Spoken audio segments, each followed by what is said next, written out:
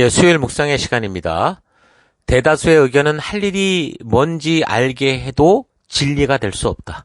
대다수의 의견은 할 일이 뭔지 알게 해도 진리가 될 수 없다. 이런 제목으로 또 오늘 묵상 함께 나누겠습니다.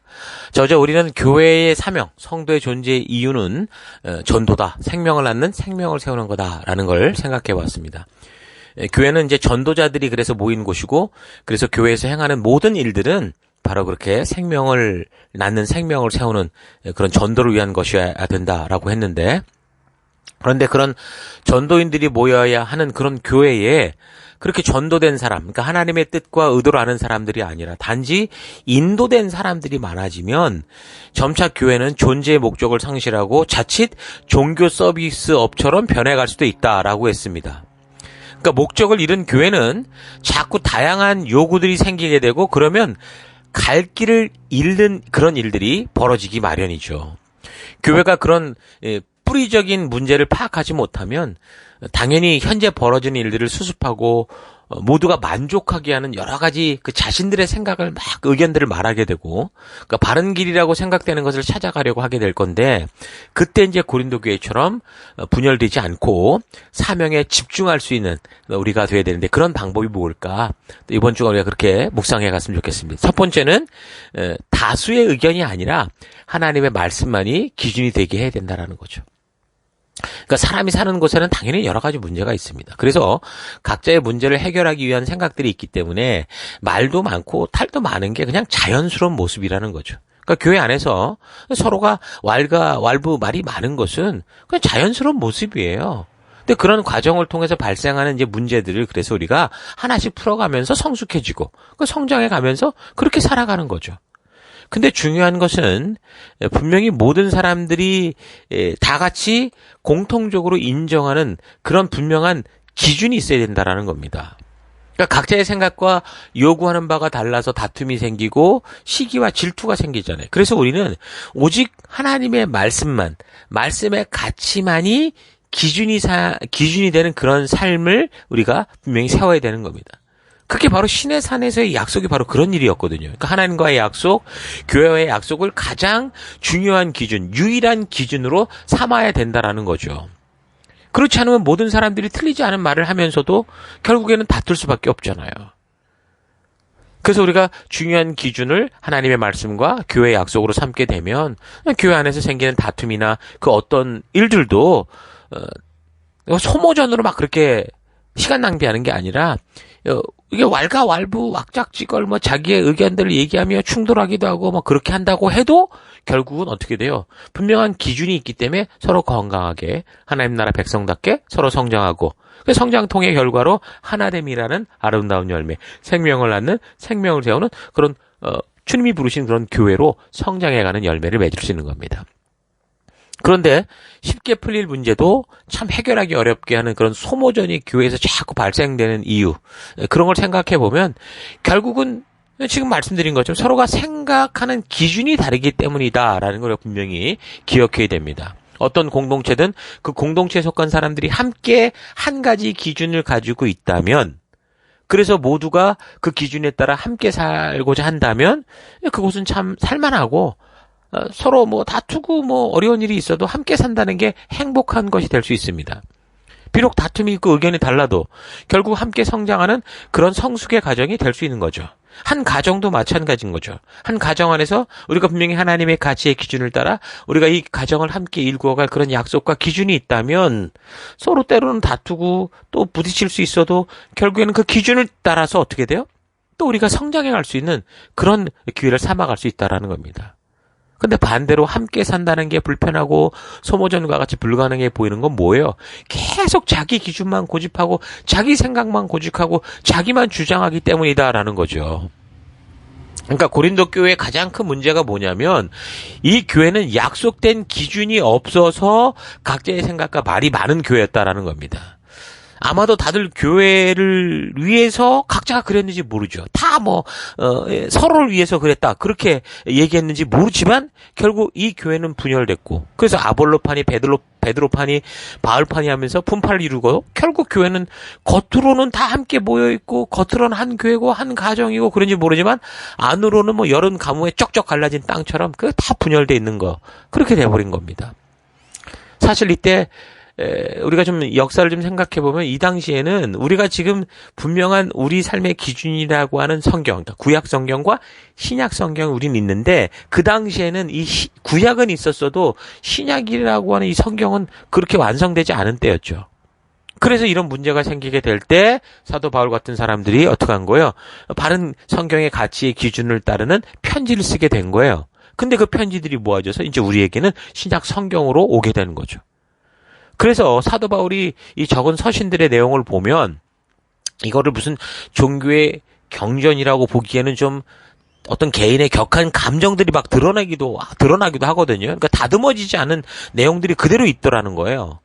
이 왜 그러냐면 바울이 이걸 성경을 적으려고 적은 게 아니라 그 당시 부름을 받은 거룩한 사명을 가진 이 교회들이, 이 성도들이 존재의 이유를 잃어가고 자꾸 서로 자중질환이 일어나는 게 안타까웠기 때문에 그들을 진리와 생명의 길로, 원래 하나님이 부르신 그 사명으로 되돌아오게 하고자 하는 그런 감정이, 그런 어떤 간절함이 그에게 있었기 때문이죠. 사도 바울은 고린도 교회에 이런 격한 편지도 그래서 적을 수밖에 없었고, 그 교회와 분열과 변질을 막고 건강한 공동체로 세우기 위해서 그렇게 이제 애를 쓴 것인데, 결국 뭐예요? 결국 그 목적은 교회와 성도들에게 모두가 달라도 하나가 될 수 있는 그 기준, 바울의 생각도 아니고 다른 베드로의 생각도 아니고 아볼로의 생각도 아니고 다른 사람의 생각도 아니고 오직 하나님의 그 뜻이 무엇이었는가라는 것을 전하는 거.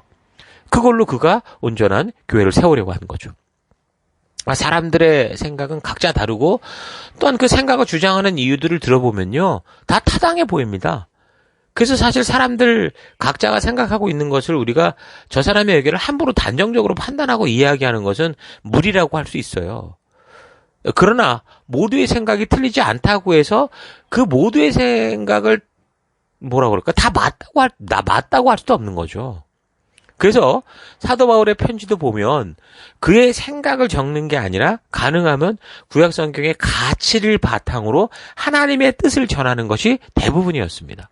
그래서 구약 성경을 통해 제시되지 않았던, 예를 들면 그 시대의 문화 안에서 발생하는 문제, 오늘날도 우리 시대 가운데 우리 시대를 살아가면서 나타나는 이 신문화들이 성경에 구체적으로 나오지는 않잖아요. 그러니까 이 사도 바울의 시대도 그런 문화적인 문제가 발생할 때 사도 바울은 어떻게 해결했냐면, 믿는 성도로서 가치를 따라 이 살아갈 그 기준을 결국 구약 성경에 주는 그 말씀의 가치를 기준으로 얘기를 해요. 그러나 이거는 내 생각이다라고 말하면서, 그러나 성경의 가치를 볼 땐 이렇게 가는 게 옳지 않겠냐, 이런 식으로 제시를 하고 있죠.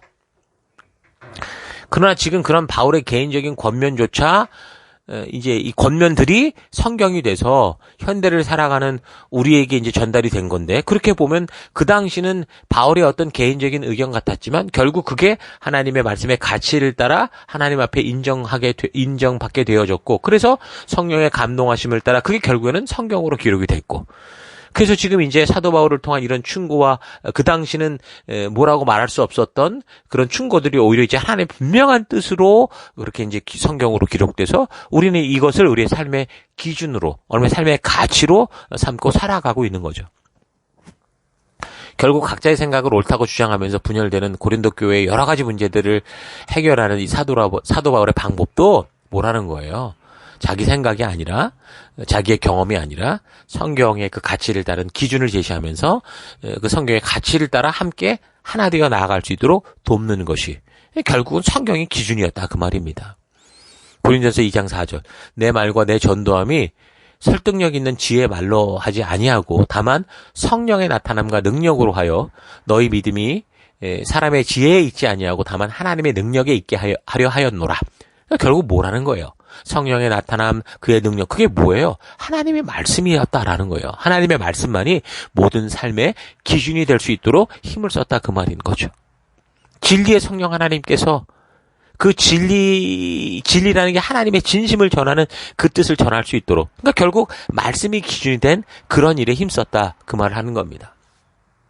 자, 어떤 공동체든 하나의 기준을 가진다는 것은 중요하죠. 그렇기 때문에 어느 사회를 가도 어느 나라를 가도 한 몇 명만 모인 그런 데를 가도 두 사람 이상 모이면 그곳에는 그 공동체에 속하기 위해 약속된 기준이 있고 그 기준에 힘써서 하나 될 때 그 공동체가 발전하고 또 그렇게 하고자 하는 사람들을 공동체의 일원으로 받아들이죠. 우리가 호주에 들어올 때도 그리고 시민권을 우리가 받게 될 때도 결국 어떻게 됩니까? 호주라는 나라가 추구하는 가치를 그대로 받아들이고 그것에 함께 힘쓸 때 시민권이 되는 거죠. 내가 시민권을 받아놓고 다른 나라 사람처럼 살아가서는 안 된다. 비록 심지어 우리가 한국에서 태어났어도 그리고 한국의 가치를 지금도 존중하고 우리의 고향 조국으로 분명히 생각하고 있으나 우리는 이 땅을 살아가면서는 호주의 가치를 따라 살아가는 그런 우리가 돼야 되는 그런 것과 같은 겁니다. 성도라는 하나님의 자녀됨 또한 뭐가 다르겠습니까? 똑같은 거죠. 하나님께서 창조주로서 우리에게 주신 이 삶의 분명한 기준을 있는데 이걸 외면하고 무시하며 살아가면 그건 성도가 아니죠, 더 이상. 그러나 혹시나 그 기준들을 일부러 그랬든 몰라서 그랬든 타락하고 자기 마음대로 살아가다가도 다시 하나님께서 우리 피조물들에게 주신 이 말씀이 내 삶의 유일한 기준이다라는 걸 인정하고 믿고 따르고 그 말씀의 길로 들어오게 되면 아무리 죄인이라도 어떻게 되는 거예요? 하나님의 백성이 되고 하나님과 동행하며 동거하는 하나님의 자녀가 되는 거예요. 그리고 하나님의 뜻을 제대로 따라가려는 사람은 예수가 그리스도라는 사실을 알게 되고 믿게 되고 그래서 그 말씀을 따라 하나님이 인도하시는 길을 걷게 되는 거죠. 그러니까 하나님 말씀만 유일한 기준이 되는 삶이 건강한 교회를 세워가는 유일한 길입니다. 하나님 말씀만 유일한 기준이 되는 삶이 바로 건강한 성도가 되는 유일한 길이죠. 건강한 성도가 되면 말씀이 유일한 기준이 되면 우리가 교회 안에서 다툴 일이 없습니다. 서로의 다른 생각들이 다투는 게 아니라 더 협력하여 선을 이루며 주님의 뜻을 이루기 위한 좋은 그런 방법을 찾아갈 수 있게 되는 거죠. 그러니까 교회는 사람의 숫자를 가지고 싸우는 게 아닙니다. 다수의 의견을 가지고 이 많은 사람들이 이렇게 원하니까 하나님의 말씀이 이렇게 적혀 있어도 우리는 이렇게 가야 된다라는 그런 카톨릭과 같은 개떡 같은 소리들을 하지 않을 수 있죠. 그런 더 이상 교회가 아닙니다. 아니 하나님의 말씀의 기준이 분명히 있는데 그 기준보다 높은 교황이 있으면 어떻게 되는 겁니까? 그거는 종교 집단일 뿐인 거죠. 개신교라는 게 뭡니까? 보통 개혁주의 신앙에 입각해서 믿음 생활을 하는 건데 개혁주의라는 게 뭡니까? 개혁주의는 문자 그대로 늘 새롭게 고쳐나간다라는 개혁 사상을 가리키거든요. 그럼 뭘 고쳐나가느냐? 뭘 기준으로 고쳐나가느냐? 바로 성경에 비추어서 성경의 가치를 따라서 바르지 못한 것들을 늘 개혁해 나가고 하나님 앞에 바로 설 수 있도록 하겠다라는 게 개혁주의입니다. 그러니까 개혁주의란 목사나 장로, 교황에게 최고의 권위가 있는 것도 아니고 교회 조직에 당회에 재직회에 최고의 권위가 있는 게 아니라 최고의 권위는 하나님의 말씀이다라는 거예요. 그래서 말씀이 최고의 권위가 되는 것이 그때 중세시대 사명을 이룬 카톨릭으로부터 다시 살려낸 하나님이 다시 바르게 세운 교회 아닙니까? 기독교 아닙니까? 개신교 아닙니까? 그래서 말씀이 최고의 권위에 있다는 것은 많은 숫자의 사람들이 주장하고 있다는 것을 이야기하는 게 아니라 다수의 사람이 이걸 원한다는 게 아니라 어떤 타이틀이 높은 사람이나 그런 권세를 가진 그룹이 모여 주장하는 그런 걸 얘기하는 게 아니라 오직 하나님의 말씀, 성경만이 최고의 권위를 가지는 것. 이게 참된 개혁주의의 핵심인 거죠. 자, 우리는 그런 신앙을 해가고 있는 거. 말씀이 기준이 되는 그런 신앙을. 그래서 오직 하나님의 말씀만을 기준 삼아서 살아감으로 삶의 모든 영역에서 우리 주님이 인도하시는 그런 바른 길을 걸어갈 수 있는 정말 진정한 개혁의 신앙인들, 하나님이 찾으시는 진정한 교회된 여러분들 되기를 바랍니다. 자, 오늘 하루 나는 정말 어떤 삶의 기준을 가지고 살아가고 있는지 되돌아보기 바랍니다. 나도 모르게 순식간에 뭔가를 결정하고 선택하고 입으로 튀어나오며 하는 그 말과 행동들이 지금 어떤 가치를 근거로 이렇게 드러나고 있는지 좀 차분히 살펴보기 바랍니다. 내 생각보다 내 말과 행동이 내가 기초하고 있는 가치들을 정확하게 보여주고 있을 겁니다. 사람은 자신의 생각 조차 속이거나 착각하게 할 수 있습니다. 그러나 그 사람에게서 드러나는 말과 행동들은 순식간에 반사적으로 나오는 행동들은 그 자신을 숨김없이 보여주는 거죠. 일부러 거짓된 말과 행동을 할 수 있는 것도 그 사람의 생각을 스스로 속이고 있기 때문에 나오는 겁니다. 그래서 무의식 중에 순간적으로 반사신경처럼 튀어나오는 말과 행동이 그 어쩌면 진짜 그 사람일 수 있는 거죠. 그래서 어떤 사람을 우리가 분별해 갈 때도, 특히 남녀가 이 사람이 진짜인가 가짜인가를 분별할 때도 갑자기 생기는 생각지 못한 일들에 튀어나오는 반사신경들, 그들의 말, 그들의 행동, 그들의 태도를 보면 그 사람이 어떤 사람인지 알 수 있다. 그런 얘기를 하지 않습니까? 그런 자신을 솔직히 되돌아보고 모든 삶의 기준이 하나님의 말씀이 되게 할 수 있는 그런 결단이 있기를 바랍니다. 그래서 혹시나 나이가 있고 경험이 있다고 하면서 하나님의 말씀의 기준이 아니라 자기 생각, 자기 경험을 들고 나오면, 그래서 그걸 갖고 모임을 이끌어가고 그렇게 삶을 주도하려고 하는, 이끌려고 하는, 조종하려고 하는 사람이 있으면 우리가 say no 해야 됩니다. 아무리 나이가 있든 타이틀이 있든 아닌 건 아니라고 해야 되죠. 심지어 한 공동체에서 대다수가, 많은 사람들이 이걸 원한다고 해도 그것은 공동체가 당장 무엇을 해야 되는가, 사람들이 뭘 원하는가라는 거는 알 수 있는지 몰라도 그거를 진리다라고 말할 수는 없는 겁니다. 교회와 성도는 대다수의 의견을 따라 원만하게 사는 게 아니라 하나님의 말씀만이 최고가 되게 하는 이 사명을 최고가 되도록 지켜내는 게 교회 성도의 사명입니다. 사도 바울을 비롯한 모든 사도들이, 그리고 예수님께서도 이 하나님의 말씀만을 기준으로 삼아 바르게 지켜가기 위해서 목숨을 바치는 겁니다. 바로 우리에게 이 모든 삶의 영역에서 이런 말씀을 기준 삼아 살고자 하고 지키고자 하는 단호함이 있을 때, 이 말씀이 모든 삶의 기준이 될 때 문제를 이기고 또 하나님께서 우리에게 주신 그 사명을 향해 승리하며 나아갈 수 있는 거죠. 여러분, 각자의 삶의 현장에서 다수의 의견, 이 시대의 유행, 또 우겨대는 사람들의 억지를 따라가는 그런 삶을 거부하고 오직 주의 말씀이 주도하는 그런 삶이 될 수 있도록, 그런 순종하는 주의 백성 될 수 있기를 주의 이름으로 축원합니다. 오늘 하루도 힘내십시오. 잠시 기도하겠습니다. 하나님은 우리가 평생 붙들고 살며 영원한 영생의 길로 갈 수 있는 기준을 우리에게 주셨는데, 그 기준이 되는 말씀을 잘 몰라서 세상의 유행을 따르고 친구들의 이야기를 따르고 사회 현상을 따르고 다른 교회에 잘 나가는 것을 따라 살아가며 하나님의 진심을 따르지 않았던 삶을 회개합니다. 모두가 틀리지 않고 각자의 생각을 따라 살아가는 이 시대에 무엇보다 하나님의 말씀이 기준이 된 삶을 살아갈 수 있는 내가 되기 원합니다.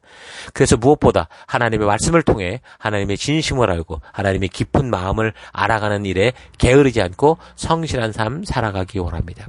하나님, 다수를 쫓아가는 인생이 아니라 우리 하나님의 진정한 진리를 따라가는 그런 우리가 될 수 있도록 인도하시고 역사해 주옵소서. 감사드리고 예수님 이름으로 기도했습니다. 아멘.